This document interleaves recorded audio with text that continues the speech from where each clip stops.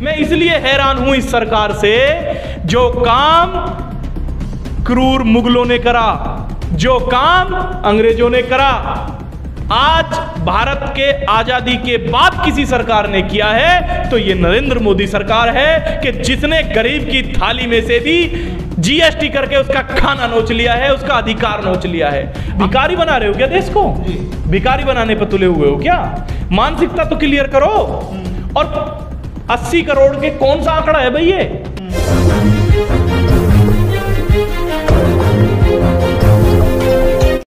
दोस्तों, मैं महंगाई और भ्रष्टाचार और तमाम इन चीज़ों मुद्दों पे बात कर रहा था। मैं समझूंगा सर आपसे, जिस तरह से लगातार प्रदर्शन हो रहे हैं, दिल्ली में प्रदर्शन हो रहे हैं, जगह जगह प्रदर्शन हो रहे हैं, भ्रष्टाचार को लेकर लगातार ईडी के छापे भी लग रहे हैं। आपको लग रहा है ईडी ज़्यादा सक्रिय हो गई इस समय? देखिए, मैंने आपसे फिर बता रहा हूँ, आप इतिहास में कभी भी स्टडी करके देखिए या उन विद्वानों की बात सुनिए।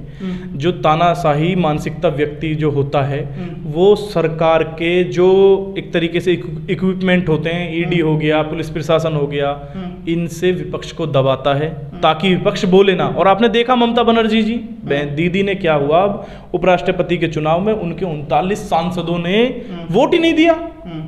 तो आप किस डर से नहीं दिया? कहीं ना कहीं ईडी के डर से। तो ये जो सरकार है पूरी तरीके से फर्जीवाड़े से चल रही है, पूरी तरीके से जो एजेंसियां हैं उनके दुरुपयोग से चल रही है। इसी वजह से ये इनका इस्तेमाल करते हैं और ये भली बात जानते हैं।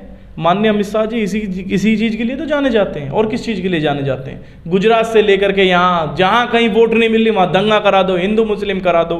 अरे आज तुम देखो कितनी महंगाई कर दी है इन लोगों ने।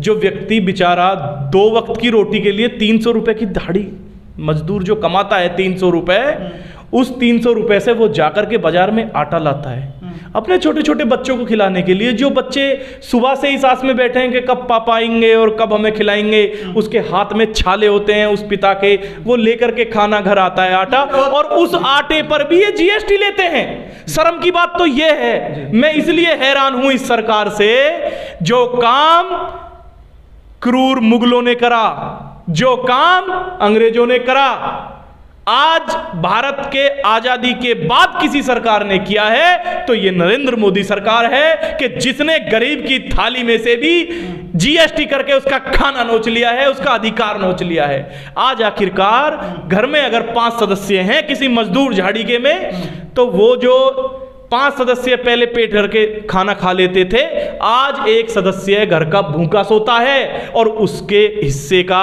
पैसा कौन खाता है? मैं आपसे पूछता हूं, कौन खाता है? उसके हिस्से का पैसा खाते हैं अंबानी और अडानी। मैं इस टॉपिक पे दोबारा आऊंगा। जिस तरह से इनके सांसद, अभी मैं कुछ देर पहले बयान देख रहा था, लोकसभा सांसद इनके जयंत सिन्हा, वो कहते हैं महंगाई तो है नहीं, चारों तरफ महंगाई दिखी नहीं, और आप लगातार महंगाई के ऊपर बात कर रहे हैं। माननीय सांसद जी को फ्री में अलाउंसेस मिलते हैं, टिकट फ्री है उनका, एयरपोर्ट का सारी चीजें हैं उनके पास, वो खुद सांसद हैं। मैं माननीय सांसद जी से एक बार कहूंगा, खाली जेब पे आकर के वो आए, एक दिन यहाँ लेबर चौक पे बिताएं और 2 वक्त की रोटी बेलदार की तरह कमा करके दिखाएं। जिन्हें पता चलेगा जब हाथ में 300 रुपए होंगे, वो कहते, और घर खर्चा 1000 रुपए का होगा, क्योंकि सिलेंडर भी लाना है। तो जी कह तो रहे कि 80 करोड़ लोगों को मुफ्त राशन दे रहे, इससे बेहतर सुविधा। तो भिखारी बना रहे हो क्या देश को? जी, भिखारी बनाने पर तुले हुए हो क्या?